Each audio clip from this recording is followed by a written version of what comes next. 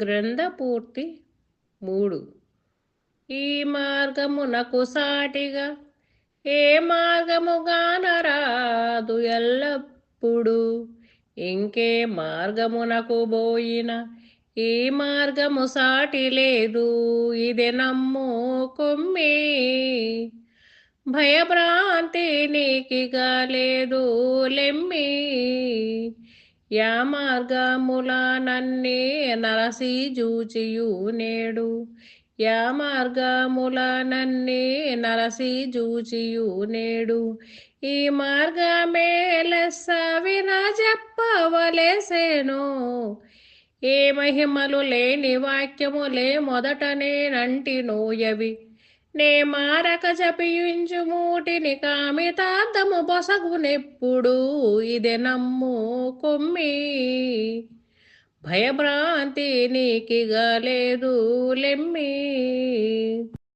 జై నిజ గురుభ్యో నమః. శ్రీ నిజానంద పోలోజు వీరయాచార్య విరచితంపైన శుద్ధ నిర్గుణ పరతత్వ కందార్థములలో గ్రంథ పూర్తి ఎందు ఈరోజు మనం 3వ కందార్థం. శిష్య, లోకంలో ఎన్నో మార్గాలు ఉన్నాయి నాయన.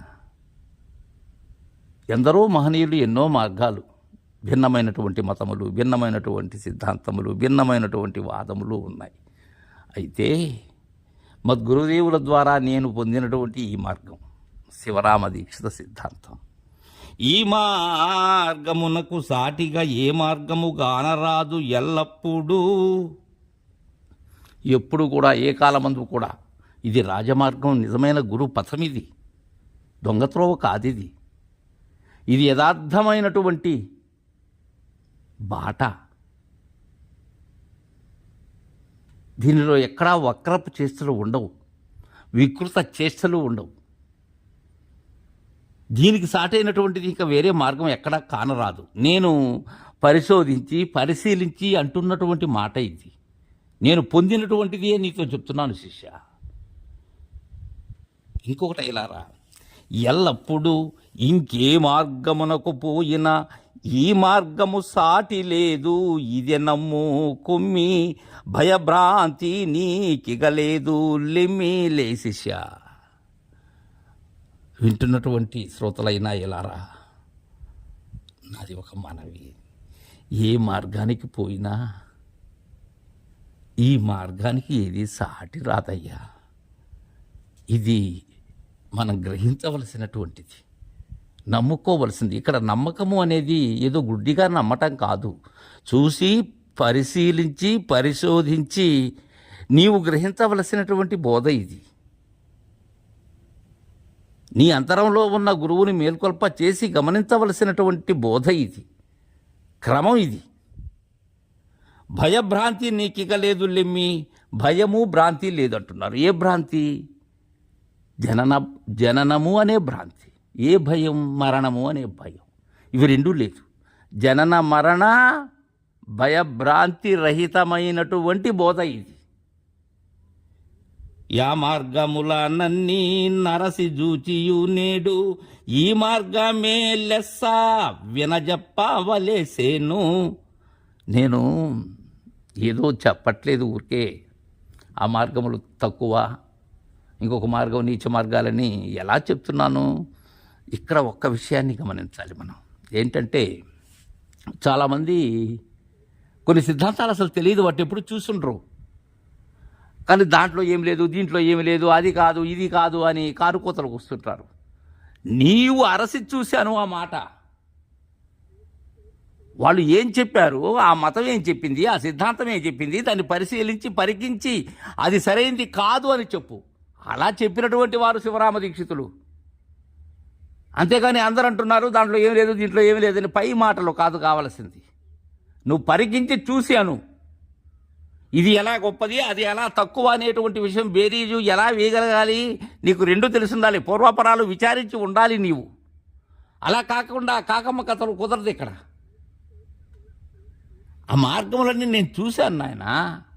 అరసి చూసి నేడు ఈ మార్గమే లెస్ అని ఎందుకు అనగలిగాను? నాకు ఆ మార్గాలు తెలుసు కాబట్టి. అందుకని ఈ మార్గం దృఢమైనది అంటున్నాను.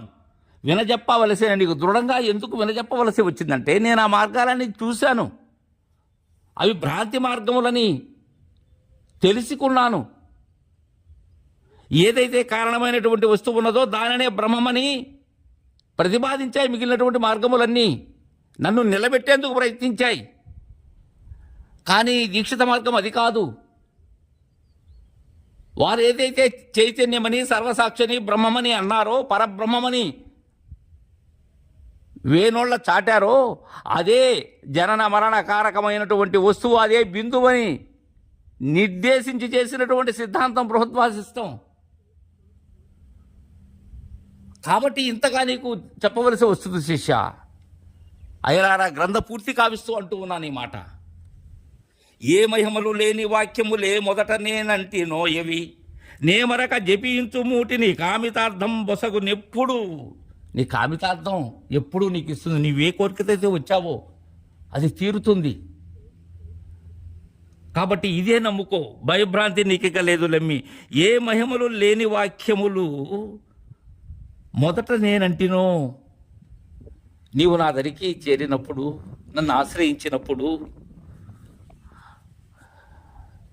తనుమన ధనాల్ని నాకు క్షీరధారలతో సమర్పించినప్పుడు నేను నీతో ఒకటి అన్నాను.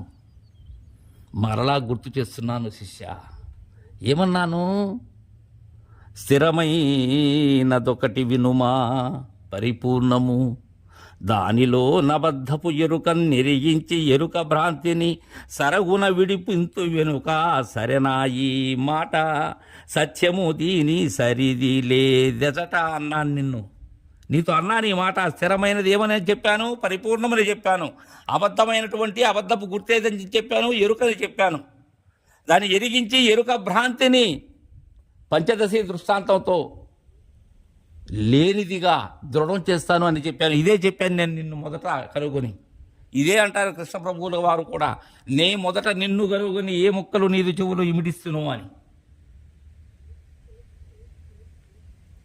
దాంట్లో ఏమంటాడు? శరణాగతులకు శిష్యుని కరుణామృత దృష్టి చేత కనిమోతమునన్ ముప్పిరిగుణ తన మృదువాక్యంబుల పరమదయాలుండు గురుడు వక్తావినుమనను సంశయం ఇంకా బాధింపదనను. పరిపూర్ణమొకటి లేనెరుగానే అదొకటి, పరిపూర్ణ మెనుకాల నెరిగి ఎరుకను మాను అని అన్నాడు అక్కడ. ఇక్కడ కూడా అదే విధంగా అంటూ ఉన్నారు. మొదట నేనంటినో. ఏ వాక్యాలైతే మొదట నేనన్నానో, ఏ మరక జపించు మూటిని. రెండే మంత్రాలు. పంచదశి అనేది దృష్టాంతం, దృష్టాంత ద్రాష్టాంతములతో తెలియజేసేటువంటిది. వాటిని ఏమరుపాటుగా కూడా నమ్మకు. అవి కామితార్థాన్ని ఇస్తాయి. నీకు ఏదైతే ఆసక్తి ఉన్నదో భ్రాంతిరహితాసక్తి, దాన్ని ఫలప్రదం చేస్తాయి అని గ్రంథపూర్తి కావిస్తూ ఉన్నారు. తర్వాయి కందార్థం రేపు ముచ్చటించుకుందాం. జై గురుదేవా.